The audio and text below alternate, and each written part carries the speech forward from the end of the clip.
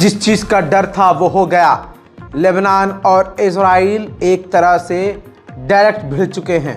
दोस्तों, लेबनान की राजधानी पर हमला करने का बदला हिजबुल्लाह ने कुछ इस तरह लिया। खुद ये जानकारी दी कि हिजबुल्लाह ने जानकारी दी कि हमने जवाबी कार्रवाई में बदला लेने के लिए इजराइल पर 62 रॉकेट दागे। हालांकि 62 रॉकेट से नुकसान कितना हुआ, कितने लोग मारे गए इजराइल के, इसके कोई आंकड़े सामने नहीं आए हैं। लेकिन लेबनान की तरफ से कई हमले इजराइल पर हुए थे।